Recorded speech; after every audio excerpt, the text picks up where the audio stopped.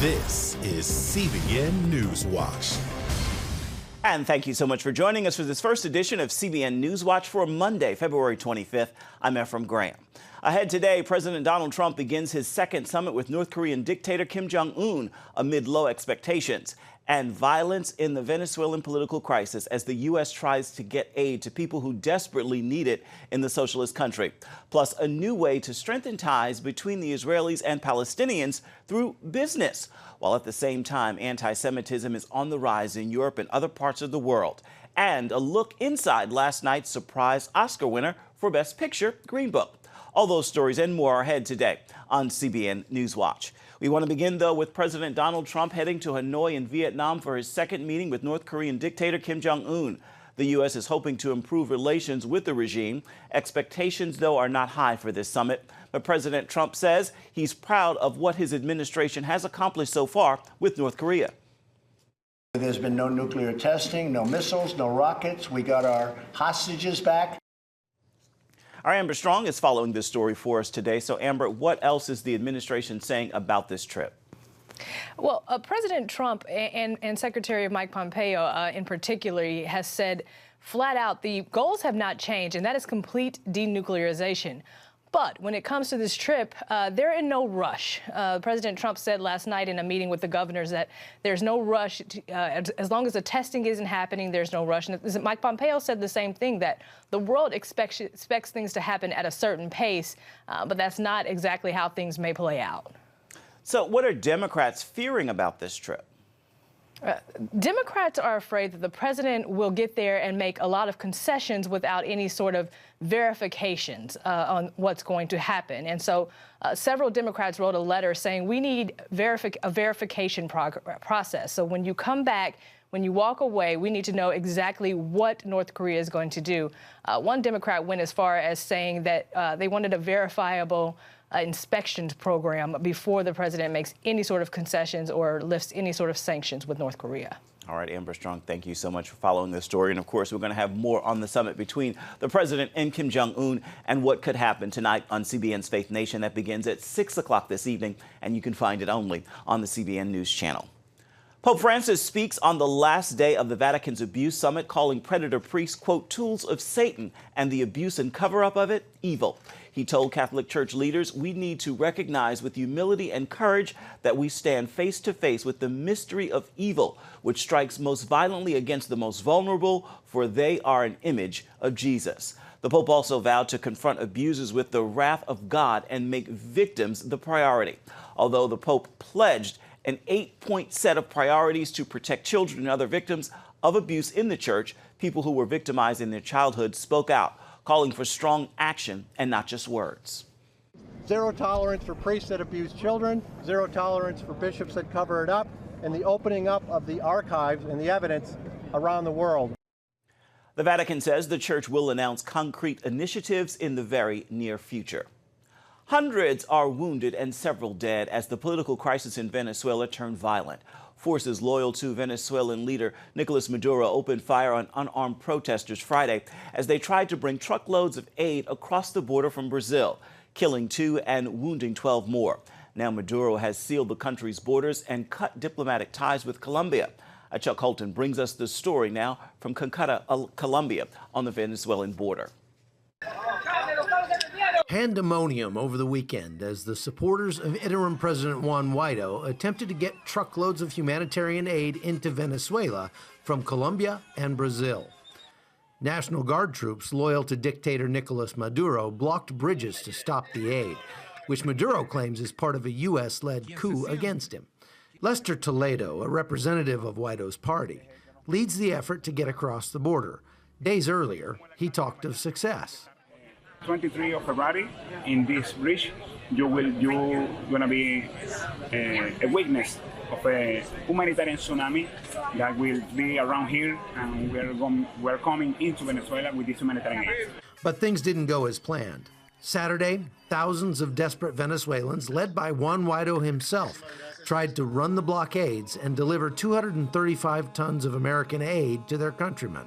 By mid-afternoon, the effort fell apart as Venezuelan forces torched 4 aid trucks and fired tear gas at hungry protesters. Just across the border, criminal gangs loyal to Maduro looted stores and attacked those supporting the aid effort.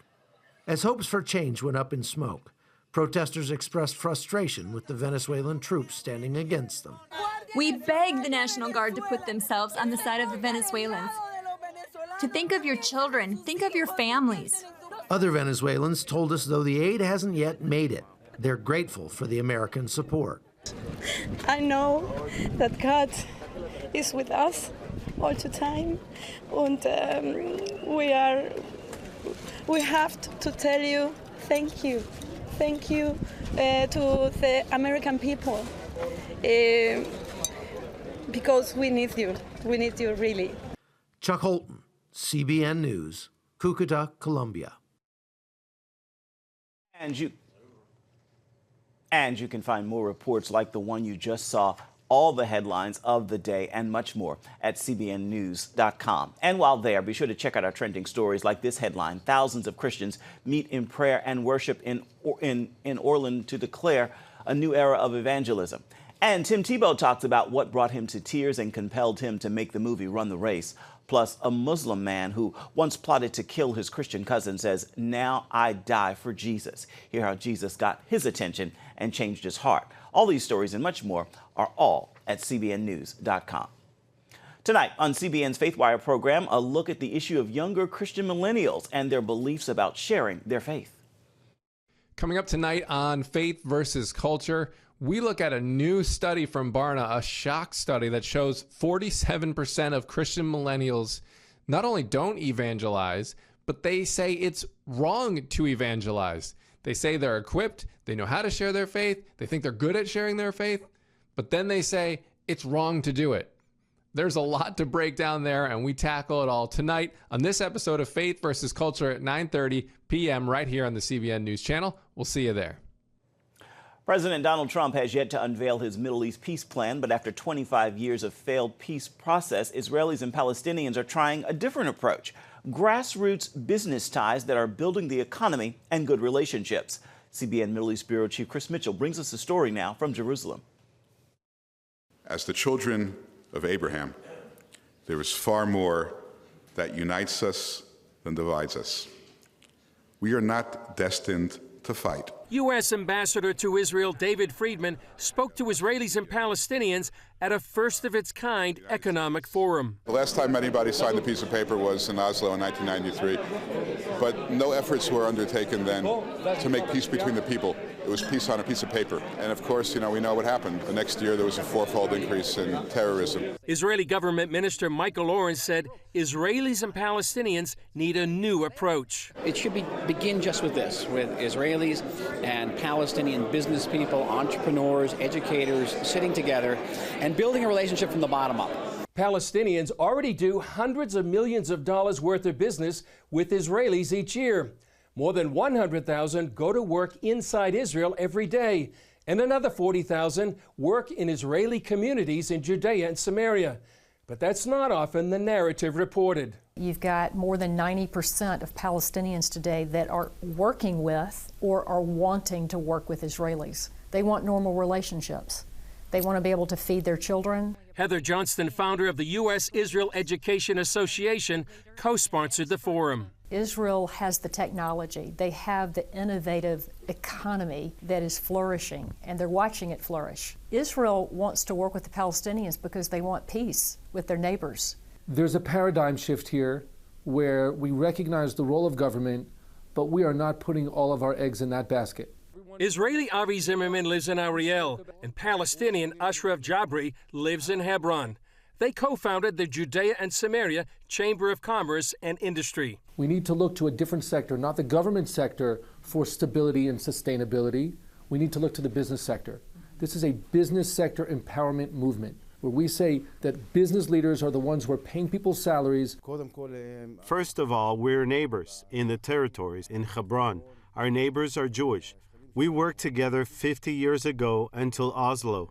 The politics in our area is making all these problems. U.S. Senator James Lankford says Congress is paving the way for the U.S. government to back this project. So for the first time ever, American financial dollars are actually going towards helping the cooperation between Palestinian and Israeli business leaders in cooperating together. Langford said it's not about a peace process, but simply making peace. One of the areas that we need to be able to see is more engagement on the business side, where it's just family to family and business to business actually doing it. According to Jabri, there's only one way to peace. We're looking toward the future of our children from both sides. Whoever wants real peace, in my opinion, has to continue in this way. There's no other way. There's only one way. We have to live together. Chris Mitchell, CBN News, Jerusalem. Coming up, despite positive developments in the Middle East, anti-Semitism is on the rise in Europe, and it's happening here in the U.S. as well. We're going to have that story. It's all coming up right after this. Stay with us. CBN presents The I Wills of God, your path to overcoming fear and anxiety. We're going to talk about some of the incredible promises God has made to His children. In Pat Robertson's newest teaching, you'll discover the I wills of God. I will rescue him, protect him, answer him, be with him in trouble, deliver him, honor him, satisfy him with long life, show him my salvation, and see amazing stories of God's promises in action. What I felt was loved and treasured. God spared my life twice in 3 days. The good Lord had given me a second chance. Break free from stress and despair. The Lord doesn't want you to live in fear, but to know the rewards given to those who love God. Call 1-800-700-7000 or visit CBN.com. The I Wills of God, your path to overcoming fear and anxiety. Hello, I'm Terry Newsom. Did you know there are more than 148 million orphans in the world today? 148 million. But it was 3 little girls that taught me about the plight of orphans.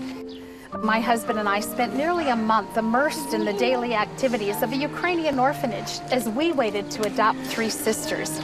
I saw firsthand the utter loneliness, the pain of rejection, and the overwhelming desire to be loved. That experience changed me forever. And out of it grew a ministry from my heart called Orphans Promise. Today, we're helping orphans and vulnerable children in more than 50 countries worldwide. Thousands of children are now in safe homes. They're being educated, and they're learning life skills. I'm asking you to join with me and become family to these children. Will you call the number on your screen right now? Because every child deserves a chance to be happy. CBN News has been following and reporting on the growing trend of anti-Semitism across Europe. Just last week, French protesters spoke out against what's happening in Jewish communities there. That came just months after a massacre in the United States targeting a Pittsburgh synagogue. And anti-Israel voices gained strength with lawmakers in Congress. Jenna Browder is on this story.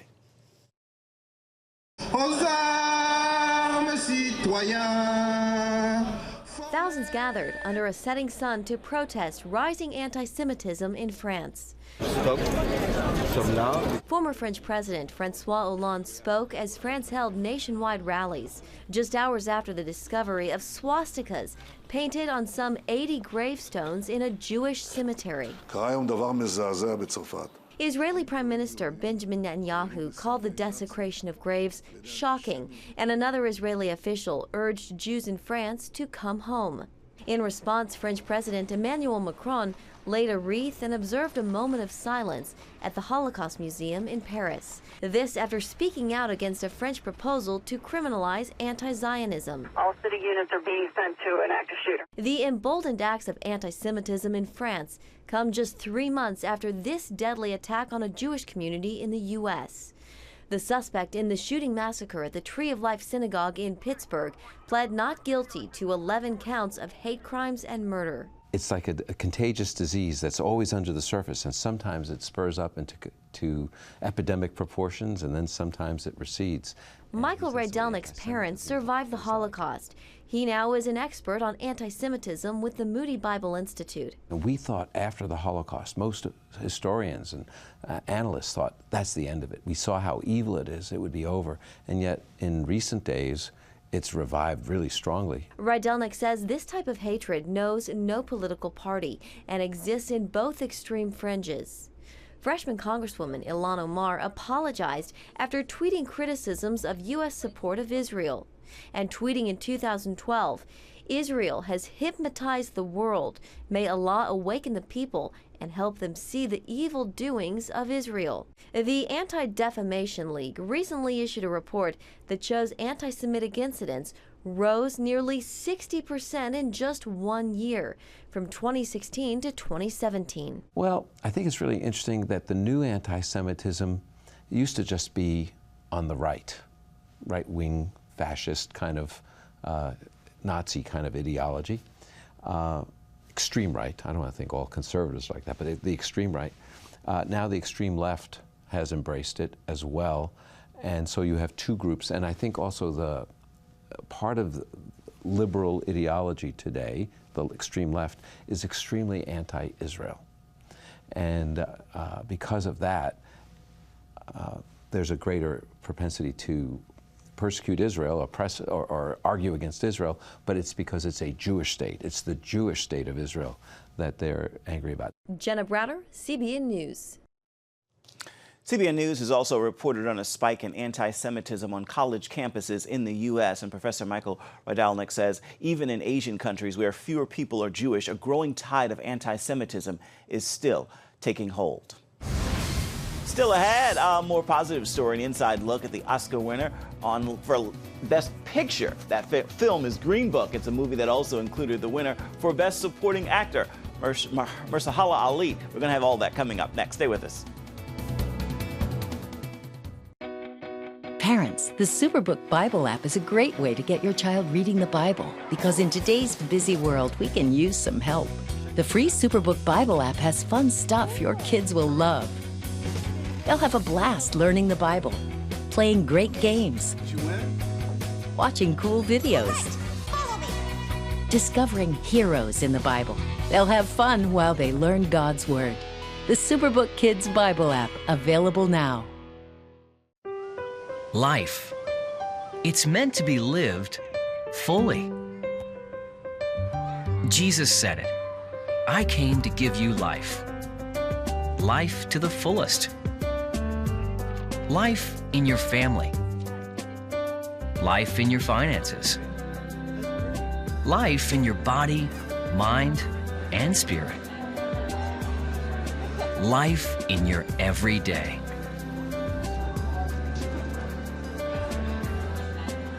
At CBN.com, we're taking what Jesus said seriously. We're here to help you discover life. Life. Live it fully. CBN.com.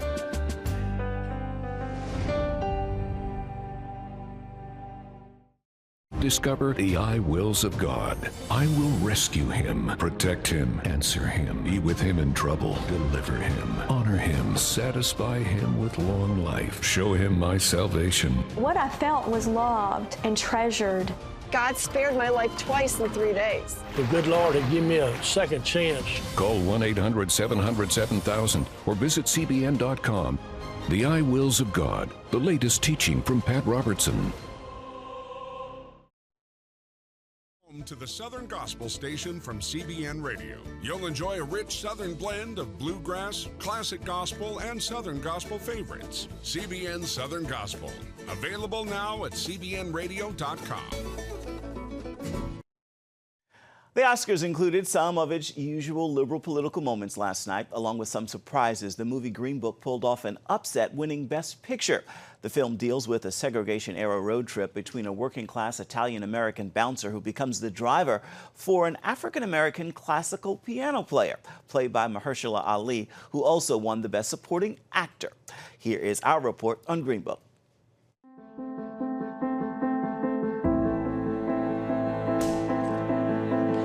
Get your hands off him! Now! The movie is essentially about two people from very different worlds. You can see both guys' point of view. There's an authenticity to that. I think the fact that this was a real friendship makes the journey that much more interesting. It's not a black and white, simplistic story. There are a lot of gray areas. You never win with violence, Tony. You only win when you maintain your dignity. I want to honor their memory, but I also want to tell it truthfully. This gentleman says that I'm not permitted to dine here. I'm afraid not. They said a doctor needed a driver. First of all, Tony, I'm not a medical doctor. I'm a musician. And I'm about to embark on a concert tour, the majority of which will be down south.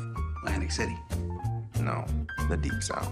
This was a big story that my father told me, and something I had on my mind basically my whole life. And luckily, I had tape recorded my father. We had a lot of material to go with, hours of tapes, and we also had all the letters that he had written home on the trip. So we went through the letters, and we went through the tapes, and we listened to the story. Dear Dolores. I saw Dr. Shirley play the piano. He's like a genius, I think. I got back in touch with Dr. Shirley as an adult and got his side of the story. He wanted me to tell the whole story, everything that he told me and everything my father said, and he said he wanted to wait until he had passed away. I met him when I was 5. Remember when I walked into his studio apartment over Carnegie Hall? He had a throne, these floor-to-ceiling windows. It was like Liberace meets Beethoven. And he came out in this long African robe. And he was very, very interested. My father was a family man. May I? Dear Dolores, as I'm writing this letter, I'm starting to get thirsty. You know this is pathetic, right? The fact that Don Shirley was this amazing pianist, their narrative is underscored by this beautiful music, and it is so masterfully blended together. It feels like a musical, but it's not. Don Shirley had a lot of albums. A lot of the music is music that he played during his career, and we're bringing that back. You know, when you first hired me, my wife went out and bought one of your records, the one about the orphans. Cover had a bunch of kids sit around a campfire. Orpheus. Those weren't children on the cover. Those were demons in the bowels of hell. Must have been naughty kids. My father had a real appreciation for music. I mean, working in the Copacabana and nightclubs in New York, he saw a lot of amazing musicians. But when he met Dr. Shirley, it was a whole different level of art. Anyone can sound like Beethoven or Joe Pan, but your music, what you do, only you can do that. Not everyone can play Chopin. Not like I can. The idea of Tony Lip's unusual and extraordinary life being brought to life on screen, you feel very lucky to be there. Tony had a working-class background and struggled, born long after the Depression, go through World War II, and just a certain mentality. Sometimes bull in a china shop, domineering. Like your friend the president said, ask not your country what you could do for it. That's what you do for yourself. It is a little tricky when you're writing about a real person with the son of that real person who adored that real person. Tony Vallelonga and Don Shirley, though brilliant, great people, like everybody, they had their flaws. You don't know about your own people. You, Mr. Big Shot, you live on top of a castle. So if I'm not black enough, and if I'm not white enough, and if I'm not mad enough, then tell me, Tony, what am I? Doc and Tony, different as they are, they become like brothers. They fight, they argue like brothers, and in the end, there's a loyalty and a real affection that grows between them. That's a great shot. For me, watching this movie being shot is a whole different experience. It's crazy, but in a great way. Tony, are you hungry? Does Betty like butter? There are things about the story in terms of friendship and love and acceptance that will always be relevant. You know, the world's full of lonely people afraid to make the first move. I love Tony Lip. I love Don Shirley. These are good guys, really good guys. And they were lifelong friends after this trip. They both died within 3 months of each other after being friends for 50 years. Last night was the 5th anniversary of the date that the real Tony Lip passed away, January 4th, 2013. If you see yourself in either one of those characters and then understand how they are able to come together at the end and become friends and care about each other, then we can do that in the real world. I don't get it. How does he smile and shake their hands like that? Because it takes courage to change people's hearts. Green Book is rated PG-13 for some of its content, including some very strong language, including racial epithets, along with some violence and suggestive material. We'll be right back. Stay with us. When you give, smiles grow bigger. When you care, homes are happier. When you comfort, the hurt goes away. When we all come together to love, miracles happen. Hello, I'm Terry Newsom. Did you know there are more than 148 million orphans in the world today? 148 million. But it was 3 little girls that taught me about the plight of orphans. My husband and I spent nearly a month immersed in the daily activities of a Ukrainian orphanage as we waited to adopt 3 sisters. I saw firsthand the utter loneliness, the pain of rejection, and the overwhelming desire to be loved. That experience changed me forever. And out of it grew a ministry from my heart called Orphans Promise. Today, we're helping orphans and vulnerable children in more than 50 countries worldwide. Thousands of children are now in safe homes. They're being educated, and they're learning life skills. I'm asking you to join with me and become family to these children. Will you call the number on your screen right now? Because every child deserves a chance to be happy. Hello? Is this thing on? Hey, kids, do you love games? And do you love discovering things?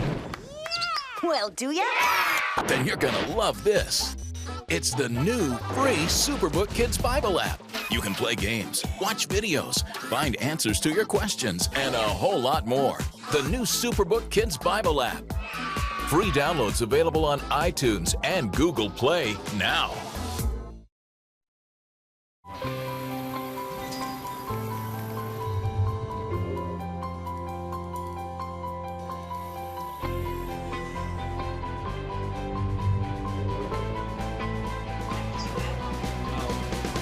I am Region's first ROTC graduate student.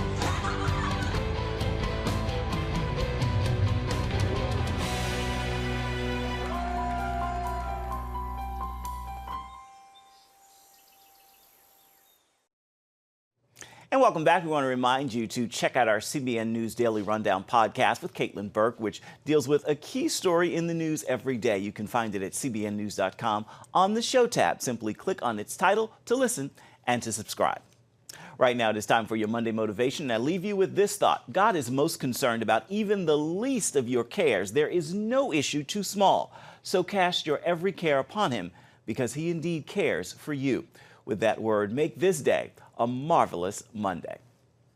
That will do it for this first edition of CBN NewsWatch. We thank you so much for watching. Remember, you can always find more on the issues you care most about at cbnnews.com. And you can watch CBN News programs anytime on our CBN News channel. Plus, we'd like to know what you think about the stories you've seen here today. You can email us. The address is newswatch@cbn.com. And of course, you can always reach out and touch us on Facebook, on Twitter, as well as Instagram. Remember, the news continues 24/7 at cbnnews.com and on the CBN News channel. Hope you'll join us again right here next time. Make it a marvelous Monday, everybody. We'll see you right back here, same time tomorrow. Goodbye and God bless.